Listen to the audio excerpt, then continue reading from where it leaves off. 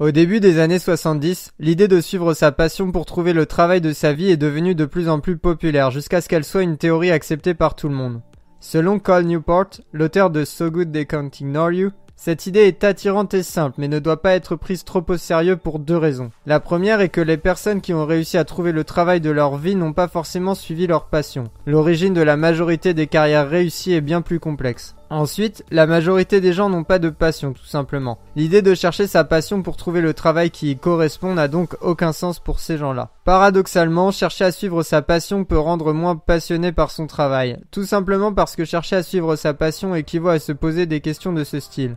Qu'est-ce que ce travail m'apporte? Suis-je heureux? Y a-t-il quelque chose d'autre que je préférerais faire? Se concentrer sur ce que l'on veut est un piège qui provoque de l'anxiété et de l'incertitude. L'idée du travail parfait est utopique et même dangereuse car tu vis dans un espoir perpétuel sans rien mettre en place de concret pour améliorer ton travail. Et cela t'empêche d'obtenir la carrière intéressante et satisfaisante que tu es pourtant capable d'obtenir. Au lieu de te perdre en cherchant ta passion et de te poser des questions qui n'ont pas de réponse, change plutôt ton état d'esprit à propos de ta carrière. Au lieu de te demander comment ton travail peut te rendre heureux, inverse la question.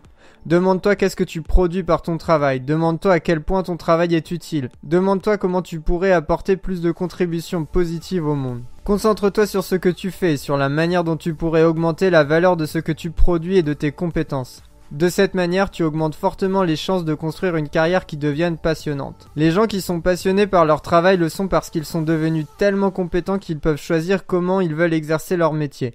Selon l'auteur, il existe 3 caractéristiques qui font qu'un travail est satisfaisant. La créativité, l'impact et le contrôle. Ces caractéristiques sont rares et ont de la valeur, c'est pourquoi la plupart des jobs n'offrent pas la possibilité d'être créatif, d'avoir de l'impact ou du contrôle sur ce que l'on fait et comment on le fait. Pour accéder à ce type de travail, il faut offrir quelque chose de rare et ayant de la valeur, et cela passe par des compétences supérieures à la moyenne dans le domaine recherché. L'auteur appelle l'ensemble de ces compétences, c'est-à-dire ce que tu es capable de faire, ton capital de carrière. Donc existe-t-il des stratégies pour systématiquement, rapidement et de manière fiable construire ce capital de carrière? Cal Newport propose ce qu'il appelle la pratique délibérée. Cela consiste à mettre en place des stratégies de travail pour étirer au maximum ses capacités en sortant de sa zone de confort. Pour savoir si ton travail va au-delà de tes compétences actuelles, la peur et le stress sont de bons indicateurs. À cela, il faut avoir un moyen de mesurer ses résultats et performances pour pouvoir ajuster sa pratique. En prenant cette habitude, tu augmentes petit à petit tes compétences, ce qui augmente ta valeur sur le marché du travail. Les musiciens, athlètes ou encore joueurs d'échecs connaissent bien la pratique délibérée. C'est en s'entraînant des heures et des heures dans leur domaine qu'ils deviennent talentueux et passionnés par ce qu'ils font. Mais la plupart des gens évitent cet entraînement car le stress et l'effort que cela engendre est très inconfortable. Au lieu de ça, ils continuent d'effectuer les tâches qu'ils maîtrisent déjà et qui n'augmentent pas leurs compétences. C'est dommage car en introduisant des stratégies de pratique délibérée dans leur travail, il est possible d'accélérer la construction de son capital de carrière et d'augmenter sa valeur.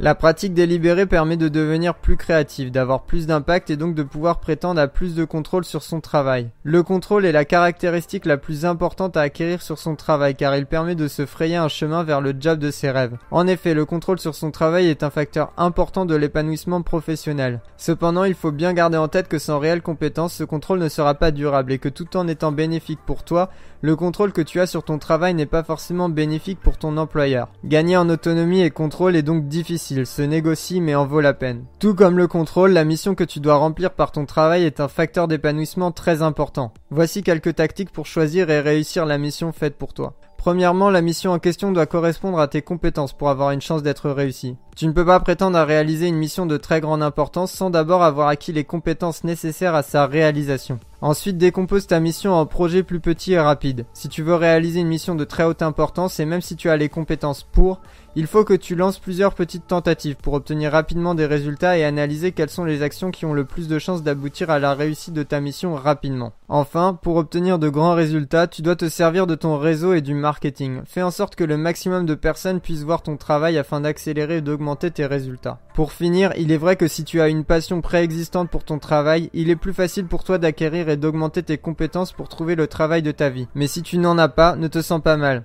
Les compétences se transforment en passion à long terme et finissent éventuellement par te permettre d'avoir un travail que tu aimes vraiment. Pour finir, je te laisse réfléchir à cette question.